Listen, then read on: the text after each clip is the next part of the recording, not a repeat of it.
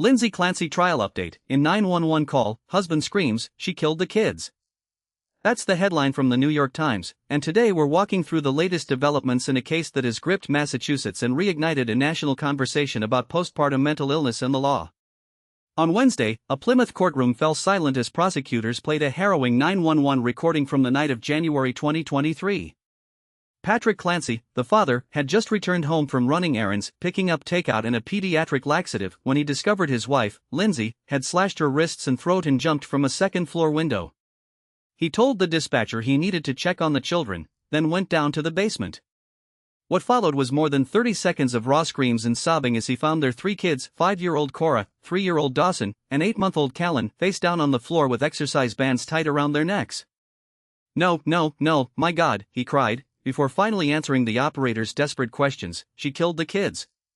The judge immediately excused the jury. Lindsay Clancy, now 35 and paralyzed from her suicide attempt, sat in a wheelchair sobbing while her attorney, Kevin Reddington, placed a hand on her shoulder.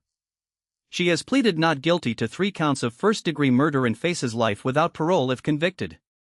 The defense argues she was in the grip of severe postpartum mental illness, experiencing auditory hallucinations that commanded her to kill her children. A lawsuit filed by Patrick Clancy against the clinicians who treated her in the months before the tragedy alleges they failed to monitor her reaction to medications or address her worsening condition. Prosecutors, however, paint a different picture: a seemingly content suburban mother in the weeks leading up to the killings, caring for her children and going on family outings, suggesting the acts were planned and intentional.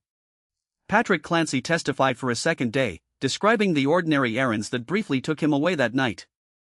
The trial continues, and the legal and ethical questions it raises about maternal mental health, criminal responsibility, and systemic gaps in care are far from settled.